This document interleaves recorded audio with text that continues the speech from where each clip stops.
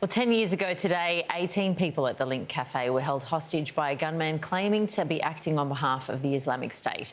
The siege played out live across Australia and the world, the images of terrified hostages shocking all Australians. Police operation is underway in Martin Place. A hostage situation is unfolding in Sydney, Australia tonight. Civil aviation has shut down the airspace above Sydney. Images of terror streamed live across the world.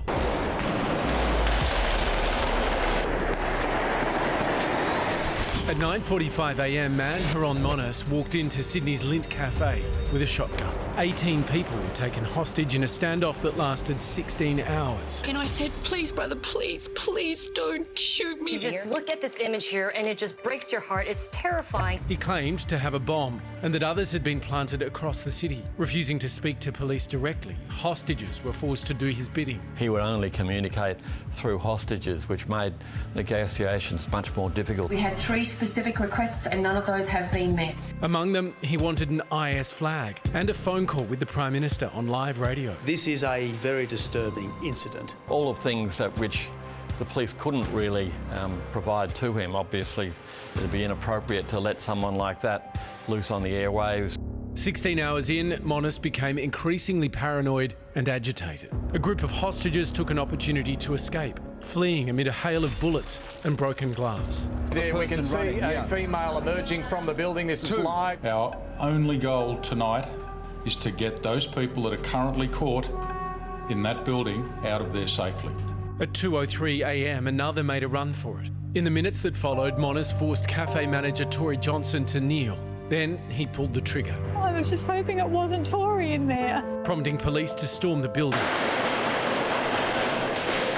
Monas was shot dead, while fragments from police rounds hit and killed hostage Katrina Dawson. It was tough, exacting work. They have saved lives. The inquest that followed asked why Monas, an extremist with a long history of violence, was taken off the watch list and why police didn't act sooner. This was not something that they could prepare for because nothing like this had happened in Australia previously.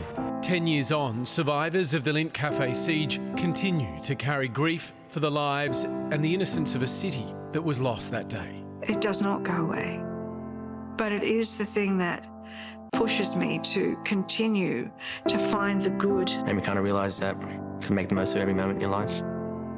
Things can change in the blink of an eye.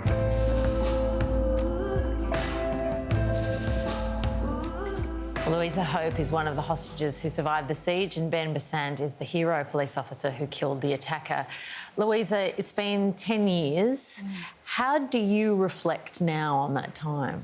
You know, there's been so much happen in that decade. You know, it's been very full and busy, but I think that the 10 years makes you feel in some ways relieved, but at the same time your heart and mind is full of all the stuff that we went through and the people that we lost. How often do you think about that moment?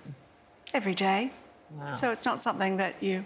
Actually, a fellow hostage of mine said to me only the other day, he said, Louisa, every morning I wake up and every night before I go to sleep is what I think about. And I said, yeah, get it.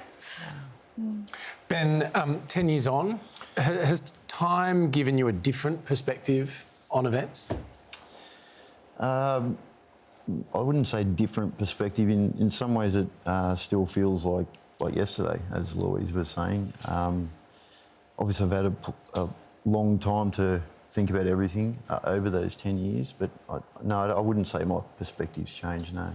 Police were initially told to wait in bringing down Monas, and I imagine you must have thought about that a lot over these years since, but what was it like in the moment, in those hours?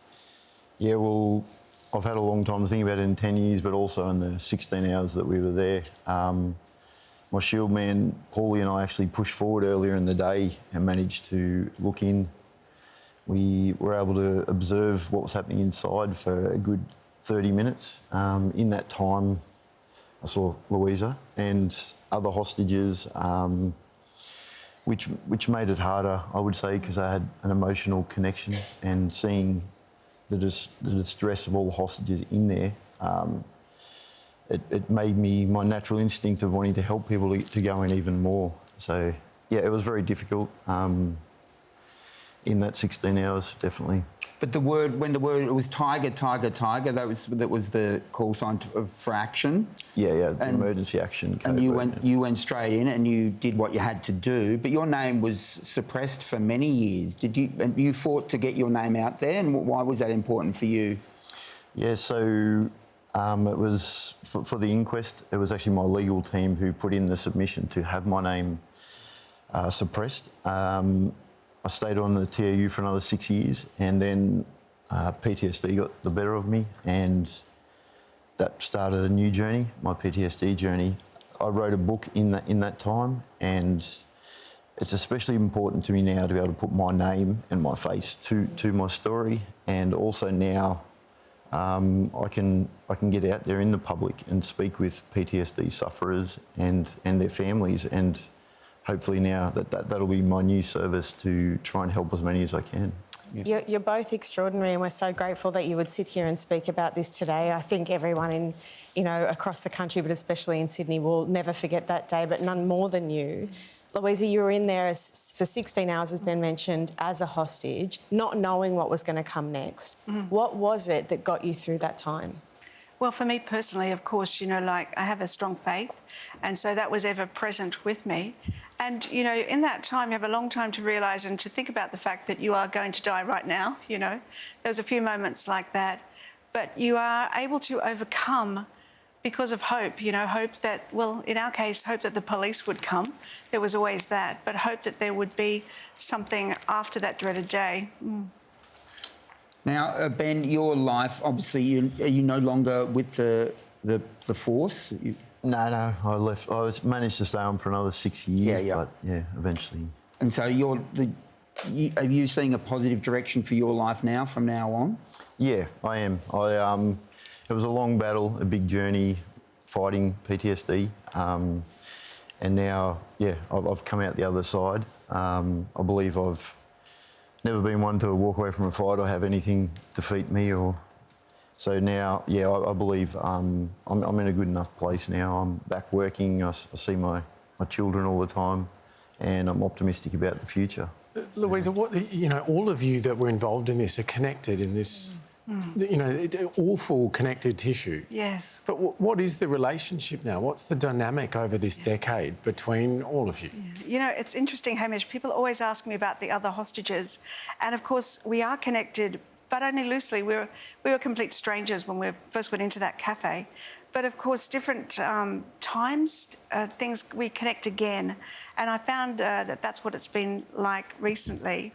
And of course, connecting with Ben has been very important, actually, because I was always worried about all of those TOU guys, those dudes there. They were amazing. And the fact that they too had to be impacted. You don't do that kind of thing and not feel it. And it's not only them, it's their families. But this siege happened to the whole country, not just to us inside, but to our whole country. So, Louisa and Ben, we really, really appreciate you talking about this and spending time with us. I know it's a big thing to speak about, so thank you so much. Thank you. Thank you.